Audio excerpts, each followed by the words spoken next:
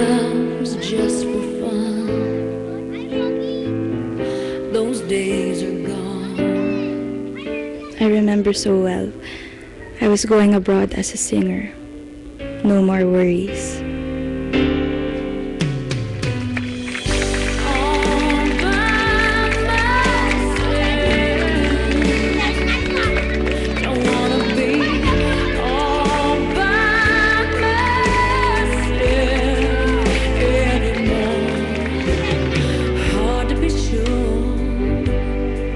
Sometimes I feel so insecure, and love so distant and obscure. I suppose I just wish that I prepared more and that I had more realistic expectations.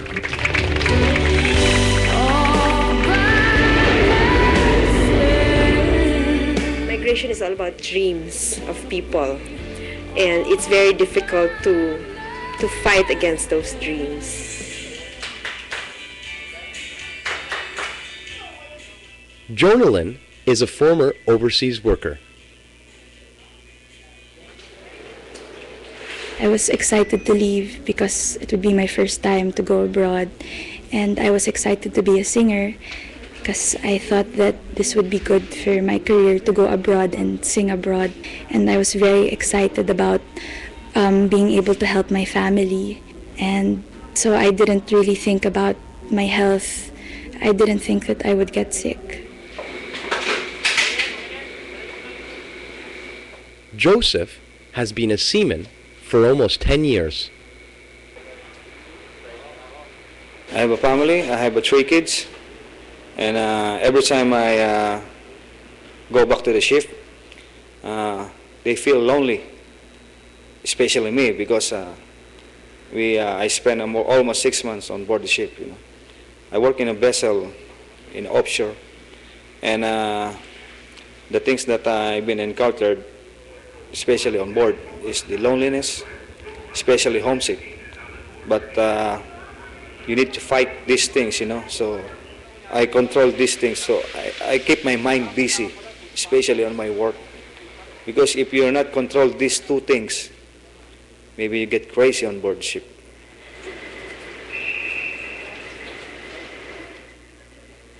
Grace is going abroad to work for the very first time.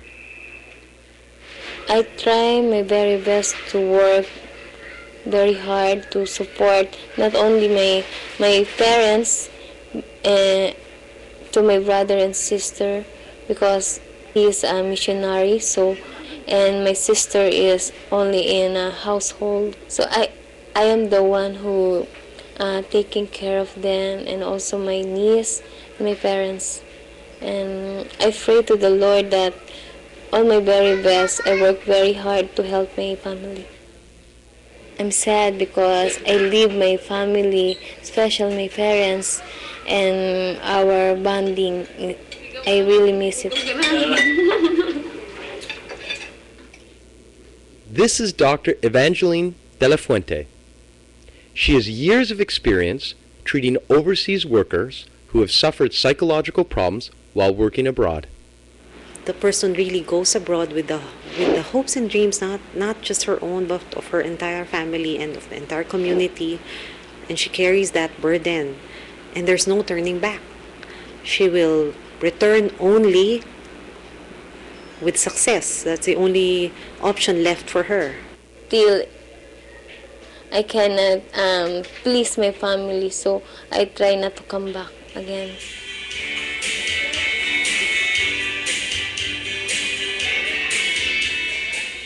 I received many letters from my family, always asking for more money.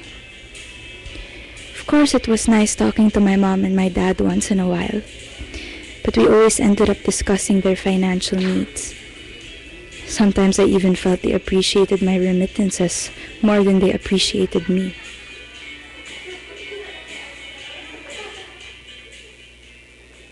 When I sent money back home, I always enclosed a letter with good-looking pictures of myself.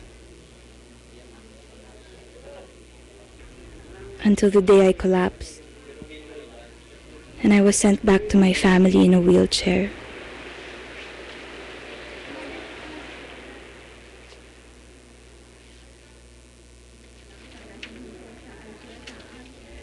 Because I always had weak lungs as a child, and I'd get tired easily, I'd run out of breath easily, and I was afraid that if they found out during the medical exam that I had weak lungs, they wouldn't let me go. So what I did was I asked my sister to go to the medical exam instead of me, and so she went and she was able to pass on my behalf. If you are sick of something, better get treatment for the illness first before you take your physical exam. Because if you fake it and do not get treatment, your illness might recur while you're abroad, and that will cause a bigger problem for you, and maybe for your agency and your family as well.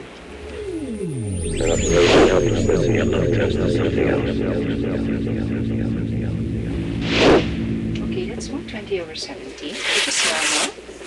Health examination prior to departure is really a basic requirement for migrant worker.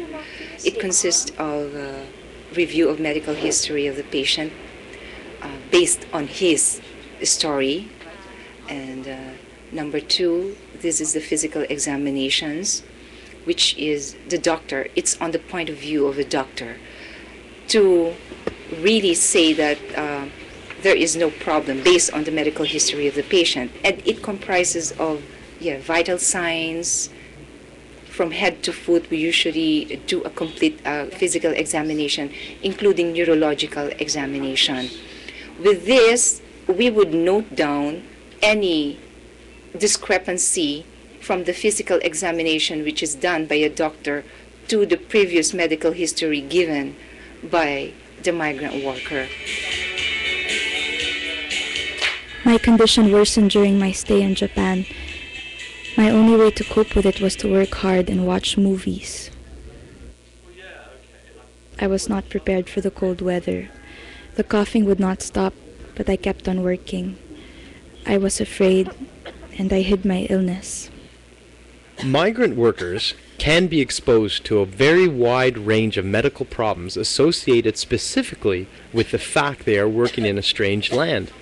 Some of these conditions include, for example, diarrhea caused by strange foods, headaches caused by stress and long working hours, and asthma caused by an unsafe and dusty work environment.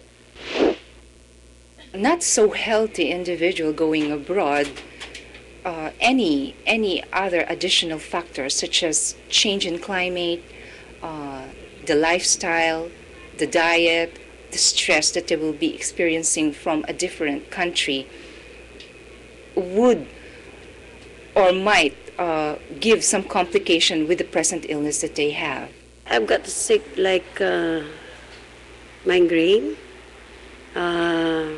Sometimes my heart beating very fast when I feel sometimes nervous. You know, the movement of this vessel. Oh, so you are. So every time I feel this, I make some vomiting, you know.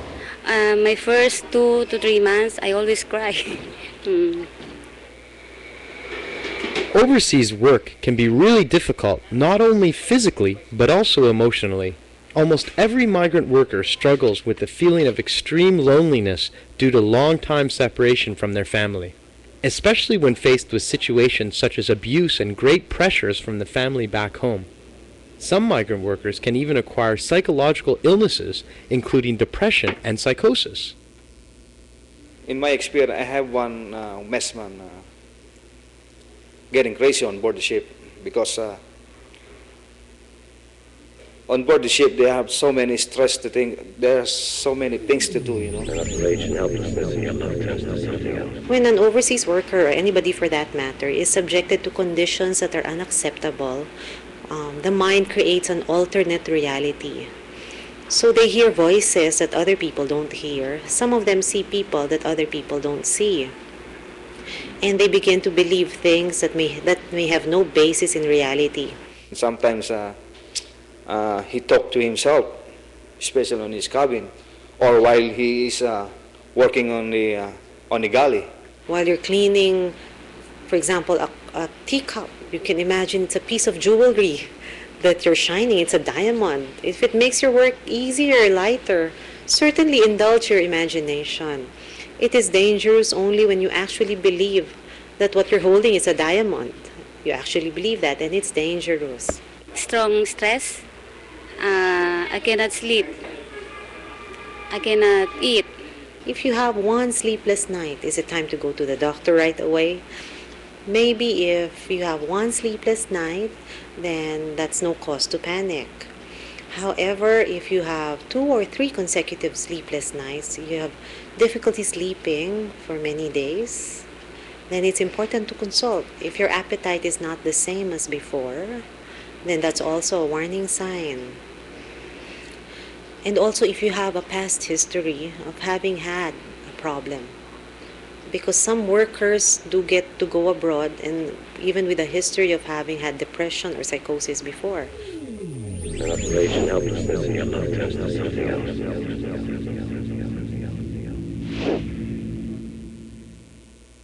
I really didn't seek medical assistance. I just got medicine from my friends and I kept it to myself. Some of the medicines helped, but there were some like herbal medicines that we would get from the market. And after taking these medicines, I'd feel okay for a while, but then the side effects would be bad. Malu Marin from an NGO, Action for Health Initiatives, conducted a study on migrant workers and their health. Among migrant workers, in the study we also found out that there is a tendency to self-medicate or to consult family members, to consult friends when they're ill, not to see the doctor. Usually you see the doctor when your illness is already in a bad state, in a really bad state that you need to be hospitalized. But the attitude is, it's better not to know that you're ill, because if you're ill, then, you'll have to think about it. It will, give you problems psychologically, mentally. Also, you will have to think about the costs, where will you get the money to pay for medication, to pay for treatment. I didn't want anybody to notice that I was sick. I wanted them to feel that everything was okay and that I was doing my job. And so what I did was I asked one of the customers to come up and sing a song with me, and I was acting very happy and very eager. And while I was singing, I just couldn't help it anymore. I just felt so dizzy and I felt that I couldn't breathe.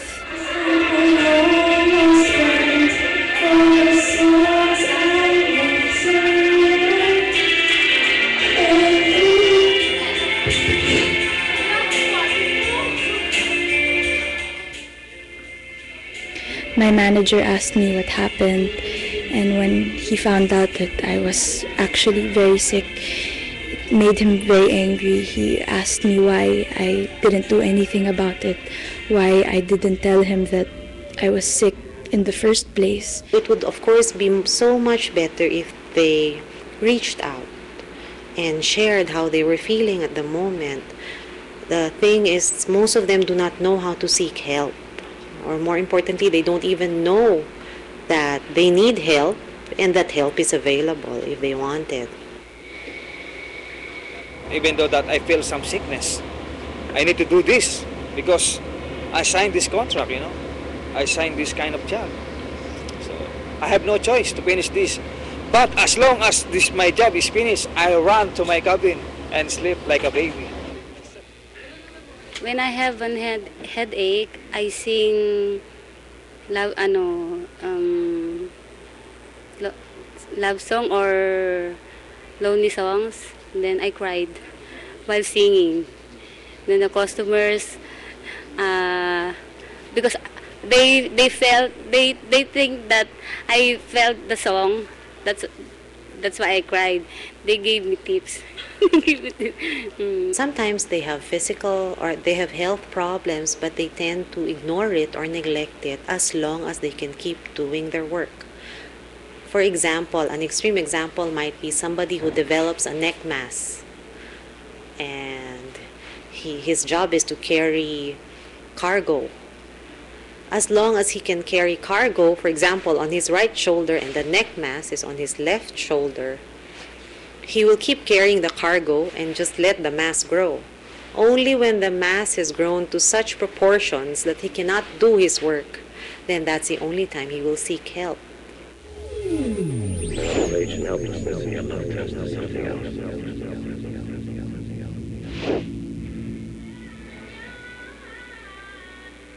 One of my friends, when we are in Africa, in Nigeria, got this malaria.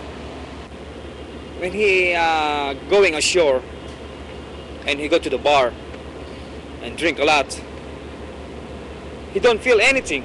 But when he come back to the ship and start sleeping, wake up in the morning, his body is shaking, you know, and his face is a little bit yellow, something like that. As soon as possible, I report him to the captain, and he's sent in the hospital. Migrant workers are also exposed to special geographical risks. Malaria, for example, is caused by a parasite and transmitted through the bite of a malaria-infected mosquito. It occurs in tropical and subtropical countries and causes more than 300 million acute illnesses and more than 1 million deaths worldwide annually. Typical symptoms include shaking chills, headache, nausea, fever, and anemia.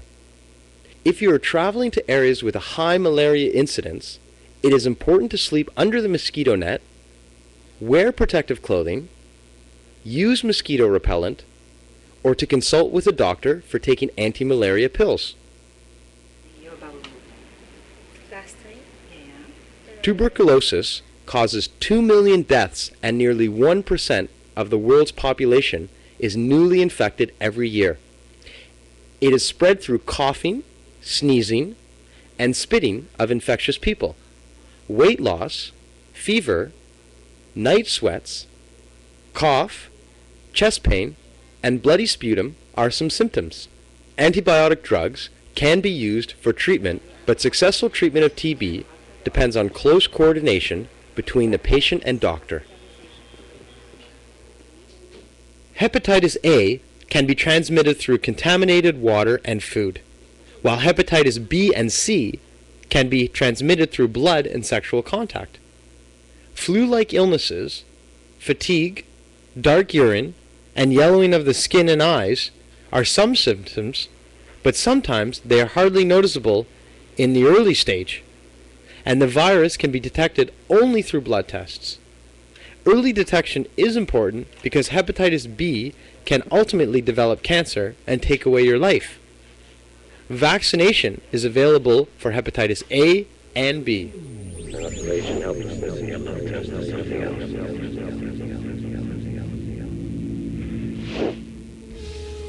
Marie's husband is a seaman. She has recently acquired a sexually transmitted infection through him. Marie loves her husband and is very hard for her to accept the fact. Something yellow was coming out of my panties. I was scared because it had a strange smell. That's why I tried to consult with a clinic. There are various kinds of sexually transmitted infections, or STIs, including syphilis, gonorrhea, chlamydia, herpes, genital warts, trichomoniasis, cancroid, hepatitis B, and HIV/AIDS. Some are curable, but others are incurable and can be the cause of infertility or death. For sure, my husband knew what it was. When he's in other places, he shouldn't play around with other women. He should wait until he sees me. If he really loves me, he can be patient. Anyway, whenever he comes home, I will let him make love to me. What is important is that he never does it to anyone else, because I might get infected from other women, which is something that I cannot accept. I forgive him because he made a mistake only once, and we shouldn't easily end our relationship. Besides, I wouldn't be able to bring up my kids alone. Sexually transmitted infections occur through sexual intercourse and intimacy. Symptoms vary depending on the kind of STIs, but it is advisable to consult